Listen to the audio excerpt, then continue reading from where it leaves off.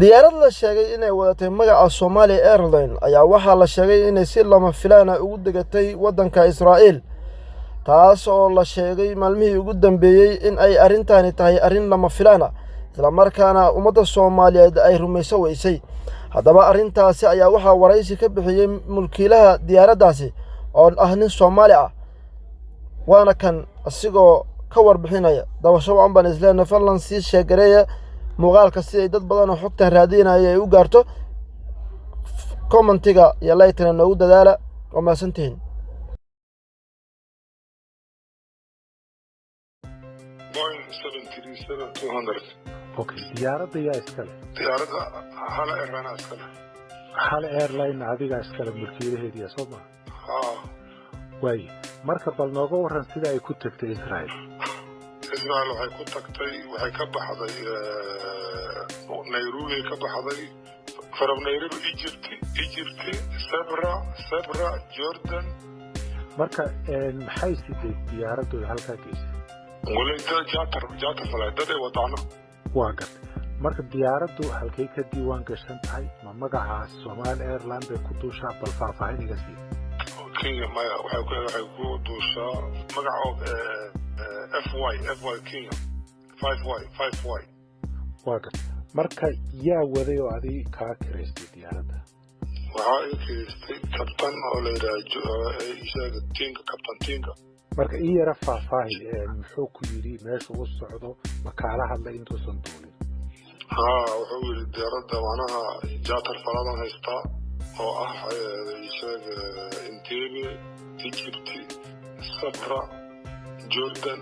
laakiin hadda asugu wuxuu sheegay Jordan markuu uu ka soo baxay in shidaal ay ku yaraatay oo meeshaas ku degto ana Israa'iil oo soo marara marka sida aad aragtay ku jirta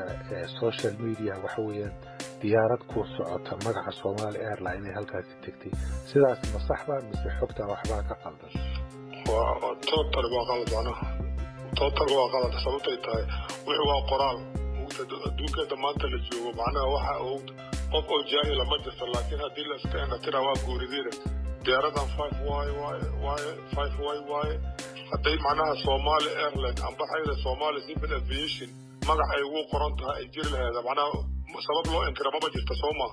Kenyan registration ay haysataa AOC ay ku duuleysana waxaa la yiraahdaa Penal Air imisa diyaarad baad adigu leedahay 3 diyaaradood marka Soomaaliya hadda way diiwaan gelisaa diyaaradaha dhammaan Soomaaliya ka diiwaan laba xabo oo loo kala waa xagga ka diiwaan galisanta Soomaaliya laba yar oo laakiin meelahaas aan aadi karin diyaarad yar waa gartay tan duuleysana waxay ka diiwaan gashantaa Kenya diyaaradda oo macnaha Soomaaliya ka diiwaan gashay adduunka baba aqbalayo marka ma wax la yaab leh oo aan caadi ahayn baa inay diyaaraddu u duusho wadamo kala duwan oo dunida ku jirta Israa'iil diyaaradda waqti waddankan aan joogno Kenya mugta wax walba meel walba u duwa Israa'iilna waa aada meel kale waa aada meel ka xiran male Kenya anaguna macnaha diyaaradda Kenya ay heeday sigar isticmaalayna ninkaan isticmaalayna asiga soo helay jaatar faladka soo helay wuxuu leeyahay على ساعات 2500 ku soo waa yartaan iri diyaaradda 4 ku ka dhiga iri waa ka tashanayna oo iri waana iska baxoona oo sidoo ku baxa hatta hadan saaka qabsadana wuxuu dhahay waxa dhibaato ah oo ka jira ma jirana in adduunka beelka saar aadika ana diyaaradda waxaad u qaadatay leeyska Kenya ma u qaadatay dhammaan hadaba meel ay ka xayiran tahay